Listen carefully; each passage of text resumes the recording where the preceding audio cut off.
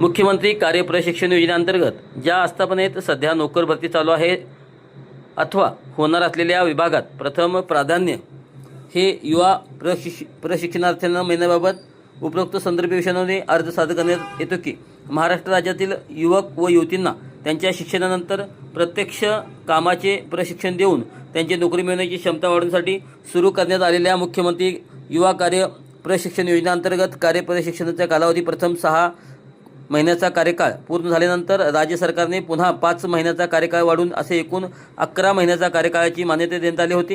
परंतु अनेक युवा कार्य प्रशिक्षणाच्या दिलेला 11 महिन्याचा कार्यकाळ जवळपास संपलेला आहे। त्यामुळे युवा कार्य प्रशिक्षणार्थी पुन्हा बेरोजगार झाले होते। त्यामुळे आम्ही सदर युवा प्रशिक्षणाच्या भवितव्याचा विचार करून 36 जिल्ह्यांमध्ये वेगवेगळ्या स्वरूपात ठिकठिकाणी आंदोलने केली होती। सदर आंदोलनास राज्याचे मंत्री भरत गोगावले, मंत्री उदय सामंत यांनी भेट दिली होती।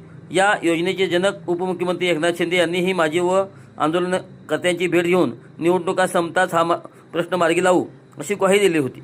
सदर खात्यांचे मंत्री श्री मंगलप्रभात लोंढा यांनी नागपूर हिवाळी अधिवेशनात युवा प्रशिक्षणार्थी यांच्यासाठी 10% राखीव जागा व 6 लाखाचे बिनव्याजी कर्ज देण्याचे जाहीर केले होते। पण अद्याप शासनाकडून घोषणा करण्यापलीकडे कोणतेही कृत्य झालेले नाही अथवा सरकारने कोणतीही अंमलबजावणी केलेली नाही।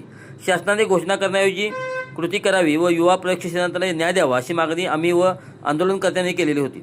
परंतु त्या शासनाने आम्हाला कोणतीही प्रतिसाद दिलेला नव्हता व नाही।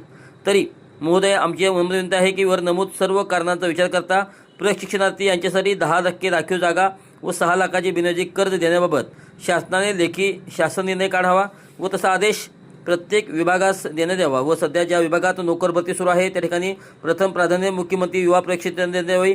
तसेच आमच्यावरील मागण्या 8 दिवसात मान्य न झाल्यास क्रांतिसिंह नाना पाटील चौक ते जिल्हाधिकारी कार्यालय इमारतीपर्यंत मोर्चा काढून स्टेशन चौक सांगली या ठिकाणी आमरण उपोषण सुरू केले जाईल याची प्रशासनाने नोंद घ्यावी। तसेच सदर उपोषण हे संविधानिक मार्गाने शांततामयरित्या चालू आहे कळावे। आताच्या उपमुख्यमंत्र्यांनी ज्या योजना लाडका योजना जी आणली होती त्या योजनेच्या अनुषंगानं आज पूर्ण महाराष्ट्रामध्ये 1,34,000 विद्यार्थ्यांना वाऱ्यावर सोडत आहे। त्या मुलांना जर हक्काची भाकर उपलब्ध होत नसेल तर येणाऱ्या 8 दिवसामध्ये आमच्या मागण्या मान्य झाल्या नाहीत तर आम्ही सांगलीमध्ये क्रांतिसिंह नाना पाटील पुतळ्यापासून पायी मोर्चा करून सांगली स्टेशन चौकामध्ये अमरण उपोषण करण्याचा इशारा या माध्यमातून आम्ही देतो।